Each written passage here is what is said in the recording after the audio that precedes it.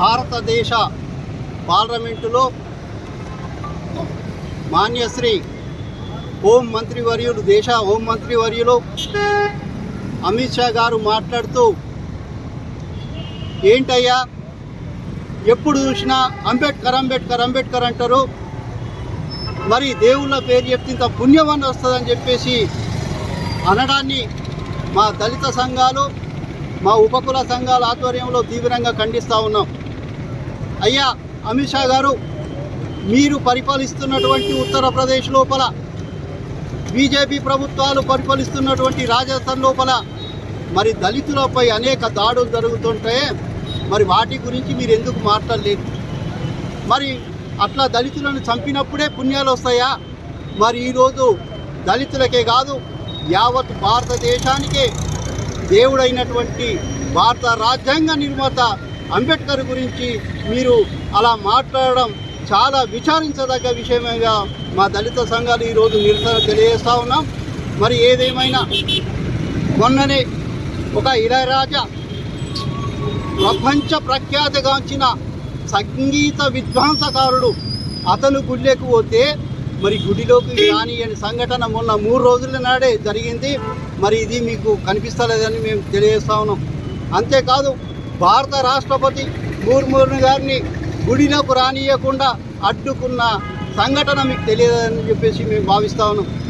ఎందుకంటే ఈరోజు దళితులము, బీసీలము, ఎస్టీలము మరి ఈరోజు స్వేచ్ఛగా ఈ భారతదేశంలో బతుకుతున్నామంటే మరి భారతరత్న అంబేద్కర్ గారి రాసిన రాజ్యాంగంలోని ఆర్టికల్స్ వల్లనే ఈరోజు మేము ఇంత స్వేచ్ఛగా బతుకుతూ ఉన్నాం.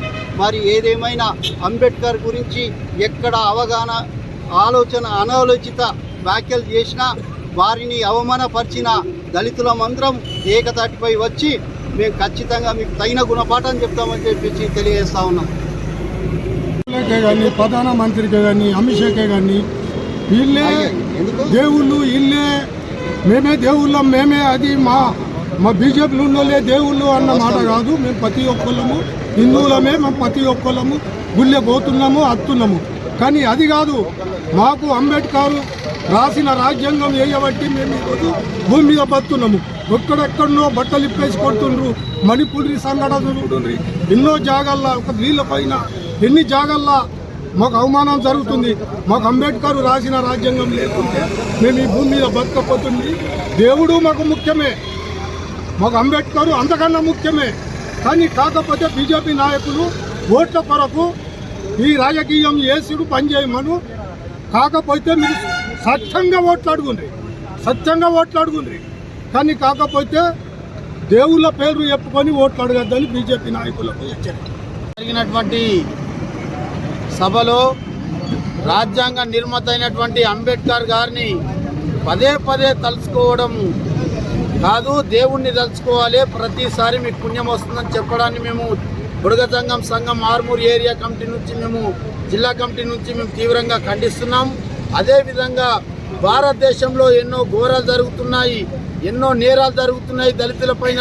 అయ్యా అమిత్ షా గారు, ఎలాంటి నిర్ణయాలు తీసుకొని మీరు ముందుకెళ్తున్నారు మాకు చెప్పాలని మేము ప్రశ్నిస్తూ ఉన్నాం.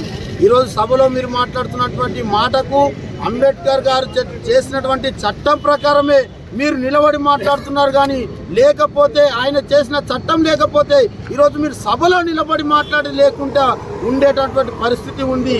కాబట్టి ఏదేమైనా భారతదేశానికి ఆయువు పట్టు, ఏదేమైనా భారతదేశానికి రాజ్యాంగ నిర్మాత ఈ దేశంలో ఒక పేదవాడు ఒక సమానత్వాన్ని కోరుకున్నాడంటే అది రాజ్యాంగ నిర్మాత రాసినటువంటి రాజ్యాంగమే ఈరోజు మాకు స్వేచ్ఛనిస్తుంది. కానీ నువ్వు సభలో నిలబడి మాట్లాడితే మాకు స్వేచ్ఛనియలేవు, నువ్వు సభలో నిలబడి మాట్లాడితే మాకేమీ వచ్చేది లేదు, ఒరిగేది లేదు.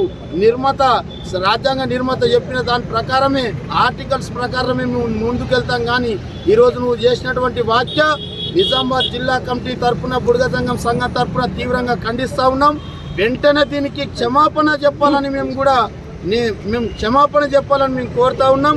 లేకపోతే ఎస్సీ, ఎస్టీ, బీసీ మైనార్టీలు అంతా కలిసి కూడా పెద్ద ఎత్తున ఉద్యమం చేస్తామని చెప్పి సందర్భంగా హెచ్చరిస్తూ ఉన్నాం.